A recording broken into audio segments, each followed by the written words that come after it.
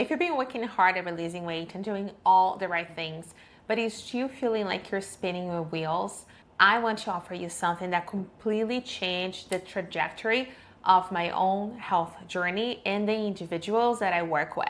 Most women chase weight loss. They set a goal, usually a number that they wish to see go down on the scale, follow a set of rules or a new diet plan. This is a traditional and boring path, which leaves over 90% of dieters discouraged and unsatisfied. This is not, however, the path that I took.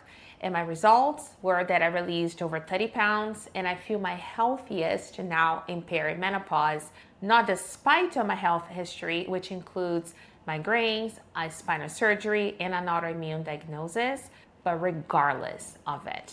And I was able to do so by collapsing the gap between where I am now and the desire of what I want my life, my health, and my body to look like, which is what I call making this shift from weight loss to weight release. And I know you cannot afford to spend another season trying things that will keep you stuck in this weight resistance loop. So if you're ready to go all in, and really all in, let's begin. And before we go any further, I want to mention something to you. If you watch this and you're thinking, okay, but I want to understand how this applies to my specific situation and to my specific health history, then I have something that you can do right after this video. You can apply for a complimentary consultation so we can personally chat and I can show you behind the scenes of exactly what this process looks like. And the link, if you're interested, can be found below this video. The single most important shift you can make on your weight release journey is to stop setting weight loss goals and start making decisions instead. Let me explain.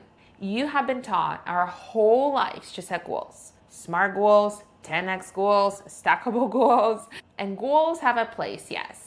But here's the problem. When using them as the primary mechanism for something like weight release, goals live in the future. They are things that we're working towards, which means every single day that you do not have yet reached your number on the scale, whatever goal you set, you're living in a state of lack, which keeps you in the energy of not quite there yet. So much of our weight struggles are based on scarcity mindset, from restricting food to feeling like we're missing out. And when I realized this, my view on this topic completely changed. Let me say this again. Weight loss is based on lack, scarcity, not enoughness. And if the programming is installed in you, which is in most of us, and it's activated running in the background, even after you lose the weight, you may still struggle to keep it off. With any goal, should it be weight release or even making more money, our capacity to hold our results and to start operating from a completely new paradigm is what determines if we get to keep the desired state in the first place. Let me give you an example. 4 years ago, at the time of this recording, I made the decision to release alcohol. Not to drink less, to completely stop drinking. Mind you, my family lives in wine country and almost everyone around me, including my husband, drinks. I had many goals in the past to drink less, but with time I was unable to maintain the promises I had made to myself. The difference between past attempts and what happened 4 years ago is that I made the decision to become someone that does not drink. I recorded another video on why I stopped and whether you need to consider quitting alcohol as well if you want to release weight. So I won't get into details here, but I will link to the other video below so you can watch it next. But the real difference here was that I was ready to make a solid decision to become someone else, someone who did not drink. Fast forward to today and I do not have a single craving. I do not feel like I'm missing out ever. And I enjoy myself as much, if not more, than everyone else drinking around me. A goal, unless set properly, is an outcome in the future, as we just said. And if you set a goal hitting a certain number on the scale, a goal that for the most part you cannot control, we become so attached to the number that we get blinded by all the beyond the scale wins that we may see along the way, leading to the cycle of defeat, constant effort, and discouragement. A decision, on the other hand, is final. It is not open to emotional negotiation. It does not care about your mood today. It does not require motivation or willpower to sustain it because it is already done. The real question to ask yourself is this: are you ready to release the weight and become the one that has the body you want every time you look in the mirror? This is a deep question because the degree of your conviction when you answer it will determine the rate of your success and how easy or difficult the path getting there will feel. I know you're busy and you probably tried many things already, so I'm gonna save you time. And here is the truth. Based it on my own experience and working with women for over a decade, until you are ready to make this true, solid decision, you will find yourself trapped in this loop of effort and disappointment and self-sabotage. Take hunger, for example. Those who succeed in releasing weight learn to master hunger. And I use the word master on purpose because just suppressing your appetite is a recipe for disaster, which propagates that scarcity programming that we've been talking about, which so many women carry, and then it requires willpower to sustain. As I often say, willpower is too costly. The moment you need it, it is often too late. And we're not talking about physiological hunger here. If that was the case, your high protein smoothie would have done the job by now. Instead, the type of hunger that gets most of us is emotional hunger. And emotional hunger is how we respond to unmet needs, suppressed emotions, the need for self-soothing that have been in place for years, sometimes decades, until we become aware, until we break these habitual patterns of thinking, believing, and acting, and start playing a different game.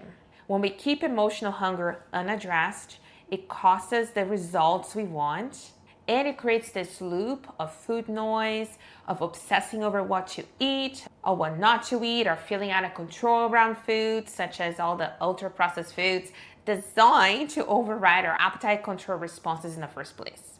And this is especially true in perimenopause and postmenopause because the hormonal shifts happening in our bodies are also amplifying our emotional sensitivity and making us more prone to being reactive until we uncover what is going on and get back on the driver's seat. In my practice, I use functional DNA testing as the roadmap so I can help you understand exactly how to best support the body. We're talking about the best way to nourish your body, supplements, and lifestyle changes. While we focus on the other side of the equation of weight release, the internal game, your inner world. Even the perfect plan won't work if you're not ready to embody the version of you that your conscious mind believes that you want. So I created a true mind-body experience for women who are ready to drop the struggle and embrace the whole journey, to embrace this new way to get the body you want. And if you feel genuinely ready to make this decision and start working from a foundation of precision, then I want to invite you to book a call, and the link can be found below this video. During this call, we're going to spend some time together mapping out what is possible for you when you make this clear decision that you're ready, while being supported by a strategy that is tailored to your body via DNA testing, and also there's an environment that I create of like-minded women so a shift can finally take place. Now here's the thing, behavior change is possible. But when we try to shift to behavior before we step into this new identity we're talking about, this version of you that already has the body, already has the health, the big audacious goals actualized, we require willpower, which, as we described, it is a sure way to keep the struggle cycle alive. Back to my alcoholic example, when I made the decision, I went from someone trying to drink less to fully embracing the identity of someone that does not drink. Do you see the difference? The first requires willpower, which is exhausting to sustain. The second does not, because someone who does not drink acts from a very different starting point. Similarly, an athlete has no trouble exercising every day because movement is a natural part of who they are. So getting clear on the qualities of this identity you wish to embody is how you can collapse time and find ease in the process. And it is the piece that almost every weight loss approach completely misses. Our mindset impacts our DNA.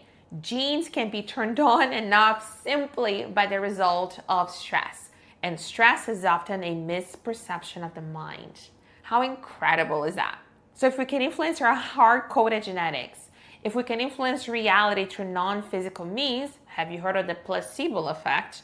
You can indeed have whatever you want in this life. My job is to guide you on the most efficient way there, because like me, I know you have a lot going on. So here's my secret, which I'll give you to you right now if you promise to practice. And the secret is getting clear on this identity that you want to embody so you can start thinking from the end goal instead of towards it. When you can clearly see the version of you, you feel her, you become her, you make decisions from her point of view. You invest in yourself differently, you move differently, and this is the missing link, and there's nothing stopping you from tapping into her today. So tonight, journal on this. What is this ideal identity that you wish to embody, and describe her? Paint a clear picture of her until you can actually feel her.